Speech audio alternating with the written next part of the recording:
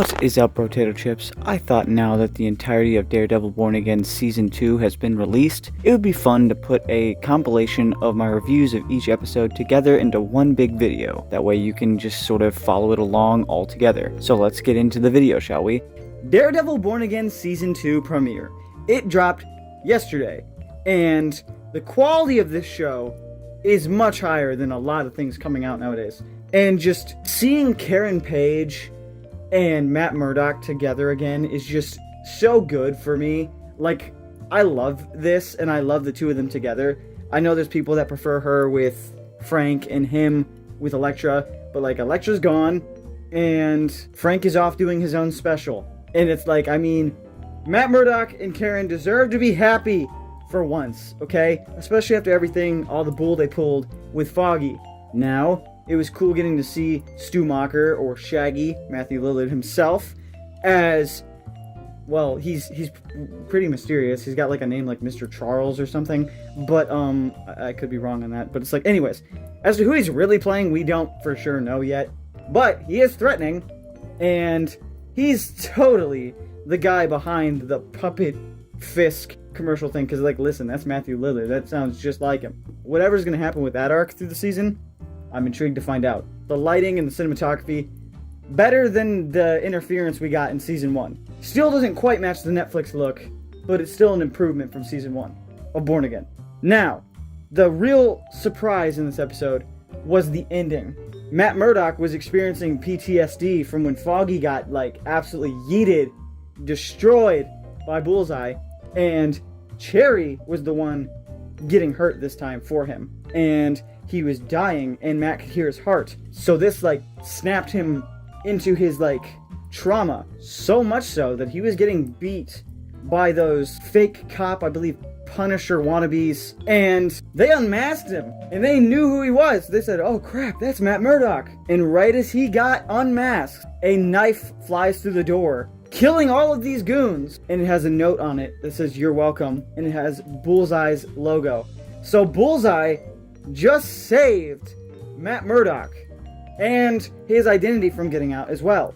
And that's where the episode ends. So like, what the heck? I'm definitely on the edge of my seat now, though. Daredevil Born Again Season 2 episodes 2 through 4 had a lot go down, so let's talk about them. It was kind of an overarching story. We get to see more of Matt and Karen together, and man, does Karen let some of the psycho out. She kidnaps these agents, you know, the knockoffs of the Punisher, and works together with Matt to get some details about what exactly is going on with their operation. We also get to see some push and pull between Karen and Matt about some of their opposing views, where Karen kind of wants to go on a killing spree, regardless if she wants to admit it or not, and she also hyped up the Punisher, saying that he's always there for her right in front of Matt, and Matt still trusts the system a bit, and thinks that if he holds tight to that and fights for it, that the system will still come through in the end. But they also do show that they really do care about each other still, because there's a scene where they split up to go do their thing, and Karen kind of disappears for a little bit extra longer than she was supposed to, and when Matt finds her, he's like, where were you? And they, like, obviously cling to each other. We also get some stuff with Josie's bar. She's almost kidnapped, but Daredevil obviously saves her. And then we also get some more stuff with the Northern Star and everything going on with that. We also get some rather interesting stuff with Bullseye. Every time, like, we see him, they do this cool, like, blue color grading for him to, you know, because that's his color. But he's had some scenes where he mentions, you know, Daredevil's mom, and she's apparently abroad right now, but doing well. And I hope they actually bring her back in future episodes, because we need more of that. We also got some weird stuff going on with Heather Glenn. She's still mega traumatized from Muse, and she's seeing him and has, like, PTSD from what he did, and I think she's slowly losing her mind. Also, Bullseye is apparently targeting Vanessa now, as she had a nightmare where it was a really cinematic nightmare. She went out on, like, this balcony, and it had his vibe and his color, and he was just, like, out there in the distance. The cinematography this season in these few episodes have been a major improvement over Season 1. They look much more closer to the original Netflix show.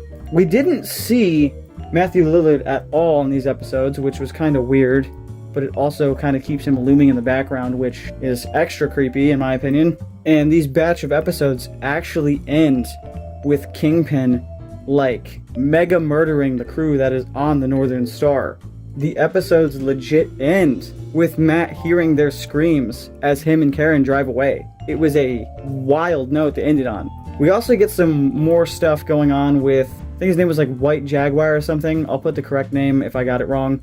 We get some more of like his niece. She's trying to work alongside Karen, but she's also trying to save her aunt. So hopefully, she stays alive. Unlike, her predecessor. Daredevil Born Again Season 2, Episode 4 was literally the best in the season so far, if not the best in the Born Again rehaul series, in my opinion. This is the closest this show has ever felt to the Netflix predecessor. This episode's cold open following Dex's daily, routine, and then the crazy, showdown at the diner was just absolute cinema. Not to mention, did we actually get Matt and Karen telling each other that they love each other in this episode. That was crazy, and long overdue. We also got a mention of the Punisher, and a couple crazy showdown fight action sequences, including one with Wilson Fisk at a boxing match. We also got to see more of Matthew Lillard's mysterious character, and the sort of power he holds. But the big shocker was at the very end, when, spoiler alert, Bullseye showed up at the boxing event for Wilson Fisk and took out Vanessa directly in front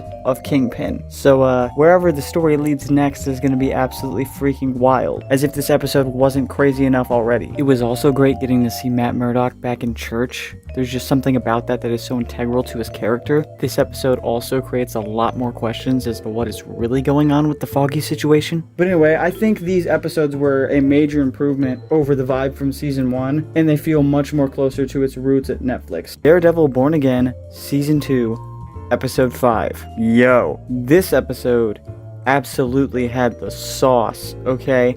It was like a love letter to the cinematography and the writing of the Netflix show. They emulated it almost perfectly. In this episode, we have Vanessa in the hospital, so that's where her and Kingpin are. We have Dex and Daredevil together trying to get away from the goons that want to be the Punisher. Karen is kind of MIA, and then we got some stuff going on with Kingpin's lackeys, which actually creates quite a bit of tension, because there's a scene where one of them thinks they're gonna bite it, and yeah, there's some good tension in that scene. But the bulk of this episode is flashbacks between Foggy and Matt, and it takes place even before Season 1. They're very much still trying to find their way as lawyers, as they are assigned a case to an old frenemy of Foggy. Foggy is for trying to help the guy, but Matt is basically cynical, to put it bluntly, and Foggy has to kind of help him find his way. So he's being the heart of the show, as usual. No surprise there. And for some reason, this episode felt the need to confirm that Matt Murdock is a footman. Yeah, this is real. This happened in the episode. But I mean, we do remember what he did with Elektra, so I guess it's not that much of a shock. But the emulation of the early seasons, well, the Netflix era of this show, is just done so masterfully. They really get those dark tones and gradients correct, which also kind of makes me question, why doesn't the whole entire series just look like this? You're showing me that it could always look this good, but you're not letting me have it that way? Alright. But still, the technique they were going for by showing and utilizing this for flashbacks was pretty cool. It was very Daredevil to have Matt kind of work through his demons and do that with flashing back to Foggy to be able to save Dex instead of just let him die. That really, they're bringing the core of what Daredevil stands for to the forefront. The very end of the episode, Matt saves Dex, or at least is trying to, because they were almost caught by the goon squad of the Punisher wannabes, but he picks him up and takes him back to Karen. Yes, we actually do get to see Karen at the end of this episode, and she does not look happy, and I bet she is going to unleash some primal rage in episode 6, and rightfully so, because what do you even say or do here in this scenario? This is the guy that killed your best friend, and now your boyfriend is trying to get you to save his life. That's going to be an episode to unpack. Another major thing that happens this episode is they actually kill off Vanessa, and we have some Oscar-worthy insane acting reactions from Vincent D'Onofrio, Wilson Fisk in that scene. It was crazy to watch. You actually feel bad for the guy, Kingpin. I will admit though, I do find it really whack that this show literally gave Foggy 5 5 seconds to die, and then we get a time jump, so we don't even get to see Karen and Matt really deal with that. But it gives Vanessa Fisk 2 whole episodes to die. That was a choice, so there's a criticism that I have there. But anyways, I am looking forward to where this series is headed. Daredevil Born Again Season 2 Episode 6, aka the Jessica Jones episode. At least that's what it's been hyped up as all season. And yes, we do actually get to see this character return. We first see her doing really well, finally getting to live her dream at being a mother. She has a daughter that looks just like a perfect mix between her and Luke Cage. Meanwhile, over on the Matt and Karen side, we have Karen struggling with the urge to kill Poindexter, while Matt is still struggling with his morality to keep him alive. Karen and Matt are at totally different places with how to deal with Poindexter. Matt actually witnesses Karen holding Poindexter at gunpoint with a gun straight to his head, and right as she's about to pull the trigger, it seems, he throws his baton at her, and the gun goes off but misses Poindexter. But like, he still absolutely shuttlecocked this baton at his girlfriend's hand, and obviously she is outraged at this. There's this scene where she gives an absolutely warranted over-the-top reaction. She yells at him for choosing the people that keep killing their friends over the people that actually love him like her. And the emotion she put into that read was absolutely freaking crazy. And I can get both of their sides. What a lot of people are forgetting is that she is still haunted by having to kill James Wesley from season 1, I believe, of the Netflix show. And this is pure straight up vengeance, not justice on her part. And Matt just saved her from adding another body to her roster. And if that isn't love, I don't know what is. Yes, she thinks she wants to take down Poindexter, but it would not bring back Foggy, and it would probably just further her descent in her brain. Because she's still admitted to having nightmares 10 years later. So imagine what this would do to her. Now, I do kind of feel like Jessica Jones was not needed this episode, because she just kind of disappears from the narrative halfway through. It was cool to see where she was at, but she didn't really, I don't know, she wasn't around by the end of the episode. She wasn't really needed this time. We do learn though that her powers are kind of wonking out, which is probably due to her having a kid. Kind of messed with her. It might have even passed off some of her powers to her. We don't know for sure yet. But yes, she's really cool, and her return is needed overall in this era of the Defenders, I'd say. But this episode particularly, no, because she faded from the narrative halfway through. She showed up, it's revealed she has a daughter, that's good. And then her and Matt team up, but then she just kind of disappears, and she's not even referenced again for the whole rest of the episode. I am excited though to see what exactly goes down with her and Matt and Karen in these final 2 episodes. There's been some stills from those, and it looks like it'll be a crazy finale. I also am starting to get the feeling that Matt is barely in his show at this point at this season, because it's he seems to be the character with the least amount of screen time. They focus a lot on BB and Kingpin's lackey. I always forget his name. They're a main focus this season, way more than Matt and Karen in my opinion. And I think that's kind of a misstep, even though those characters are interesting. Oh, and at the end of this week's, Karen got, so I want to know what happens there. They better not do her like Foggy, or I'm writing a strongly worded letter. Also, can we mention, I don't know what the frick this freaked out scene between Heather and this guy was, but alrighty. Oh, and this is important. We had another all-timer fight between Fisk and Murdoch. Matthew actually goes to Kingpin asking what it would take for them to both walk away from this and just never see each other again and just stop all of this. And basically Kingpin doesn't want any part of that and charges at Daredevil, and they just have this all-out battle where Daredevil knees him in the freaking neck, and Daredevil wins the fight. And Kingpin is so defeated, he's like, what are you gonna do? Arrest me? You can't. Kill me? You won't. And then Daredevil just kind of walks off. Daredevil Born Again Season 2 Episode 7 just dropped, and this was a wild ride. We got mentions of Luke Cage, we got Jessica Jones returning yet again, we got more intense scenes with Matt and Karen. We actually got some good stuff from Cherry, who has not been seen for a long time in this season, along with McDuffie. Now, some big things go on this episode. BB and Daniel, their subplot continues, but it basically hits an end in this episode. Daniel is going to sacrifice BB to save himself, but he decides to do the right thing and helps BB to escape and sacrifices himself, which ends in him getting shot. We also have Matt and Dex have a chat about Dex doing his one good deed that he wants to do, and basically Matt is like, well, you have an opportunity to do a good deed, and basically it's with them in their final movements to try to take down Fisk, and he says, this is your opportunity, this is your chance. So Dex does stop one of their people in play from getting killed, and I believe his assisting is not done yet. Karen is thrown into prison after getting caught last episode, and we get a rather intense scene between her and Heather Glenn as Heather continues to fall into her madness with Muse, but as always, Karen shows her unwavering tenacity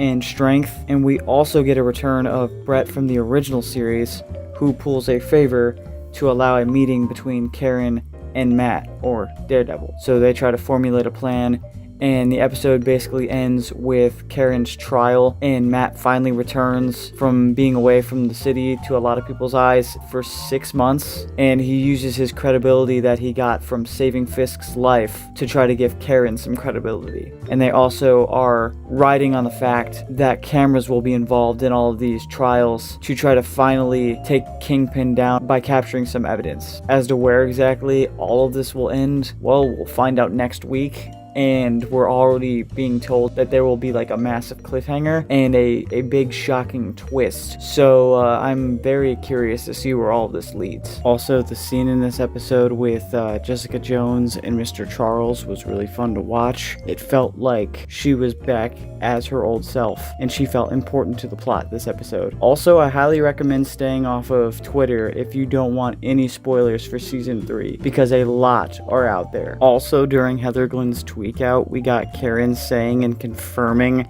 that Matt has always been there for her, and just saying why it is that they were. So I stay winning. Oh, and we also got more Matt in church. Let's go. On to the review for Daredevil Born Again Season 2, Episode 8, aka the finale. This one made some choices. Some big choices. Some, choices that completely shift the vibe and dynamic and just, plot and everything that makes Daredevil Daredevil. Oh, so we finally get to Karen's trial, and we get to Kingpin threatening to basically out Matt Murdock as Daredevil, which he's kind of teased before, but it's that sort of classic respect where you don't really believe he'll do it, but they kind of jumped the shark in this one because the case is kind of going towards Kingpin's favor, and they need something to really get that edge over on him to prove Karen's innocence. And what do? They make Matt Murdock reveal that he is in fact Daredevil in front of the whole court and in front of the whole world, because it's broadcasted too later on. Yeah, and what makes this such a bad choice is Daredevil is about that balance and struggle between him and Daredevil, and it's kind of a metaphor between him and his demons, and just the hope also that he is fighting for, and just that classic superhero drama and tension of trying to balance your normal life and keep that normal life a secret and protect it. And what also makes this worse is after he reveals that he is Daredevil, nobody even really gives a frick. He did this in front of Heather, in front of Kirsten or Kristen, one of the two, and that stupid wannabe Punisher cop guy, and nobody really even bats an eye. There's you'd have whole episodes in the Netflix era dedicated to Kirsten grappling with the fact that her friend is Daredevil, or Heather and the drama between what that would mean for her in her life when he just sort of abandoned her in her head. You'd get whole episodes dedicated to dealing with that personal conflict if this was still the Netflix era. But here at Disney, okay, they just kind of move on, but his identity's out there. And that is a fundamental characteristic of Daredevil. So, I think that was a big jumping the shark moment. I do think it was cool of him, I guess, to really put himself on the line like that for Karen. But it's such an important part of that balance for Daredevil that it's a stupid move. I thought they were going to have Dex pretend to be Daredevil during this court case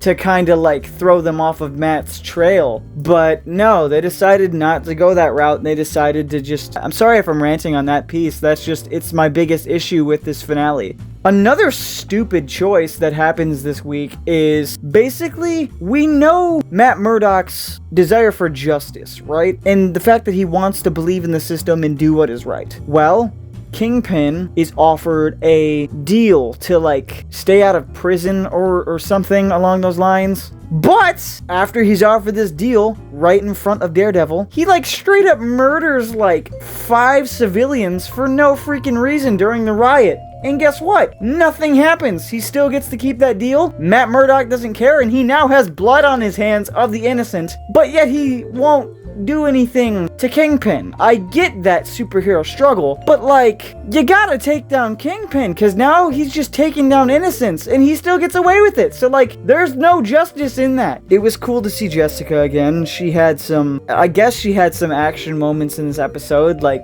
I like her, I really do, but she still didn't get much to work with. There was some kind of combat in like the hallway, which they keep trying to do hallway scenes again, and it was alright until they had like White Tiger, or barely White Tiger, because they didn't even give her like a costume. And I'm not sure about you guys, no offense to the actress, but I'm just not big on or buying this teenager trying to play and hang with the big leagues. Like, it just felt very forced and just like unbelievable and almost comedic. And also, were they not averse to having this child involved in this stuff in previous episodes this season, or am I wrong? But now they just are letting her fight alongside them. A child in the middle of this gigantic New York City battle. Yeah, she's part of that army that he was trying to collect in season 1 of Born Again, that he never ended up really amassing, that they tried to say that New York City was his army in this finale. So, that was another choice. I don't mean to, like, put it down, but this just, in my opinion, was not it. This was a disappointment of a finale. All of their acting, still great. I love these actors and actresses. They bring their best to what they are given. But I feel like this one jumped the shark in many ways. The identity reveal, you don't do that, especially with Daredevil. Some superheroes need to have that secret identity, and he is one of them. Along with Spider-Man, and that's another thing. Matt Murdock saw how having a secret identity reveal played out for Peter Parker. He was in No Way Home, and he still chooses to do this. That's just stupid. And then just I have to make sure that Kingpin is free, because I can't take him down because that would be wrong, yet I can let him kill innocent people and get away with it scot-free. That makes no sense. That's bad writing. So at this point, as much as I love these characters, the Netflix show ended at a much better place. This show has brought us the death of Foggy and the reveal of Matt Murdock's secret identity. It probably should have, and I wish I didn't have to say this, should have remained untouched at this point, in my opinion. We did get to see Luke Cage, though, again. But yeah, those are basically my thoughts, or rant, I guess, on the finale of this season. I am still going to watch season 3, because, come on, it's Daredevil. But I'm really hoping that it corrects these major issues, and we eventually get his secret identity back. I don't know how they do that, but like, please. So those are my thoughts of the overall season. I thought it had some pretty great moments, but in the end there, it just failed to land correctly. What are your guys' thoughts and take on this season? Make sure to let me know in the comments below, as I look forward to hearing them. Don't forget to hit that subscribe and like button, as it really does help out the channel. And as always, thank you for watching ciNATEmatic.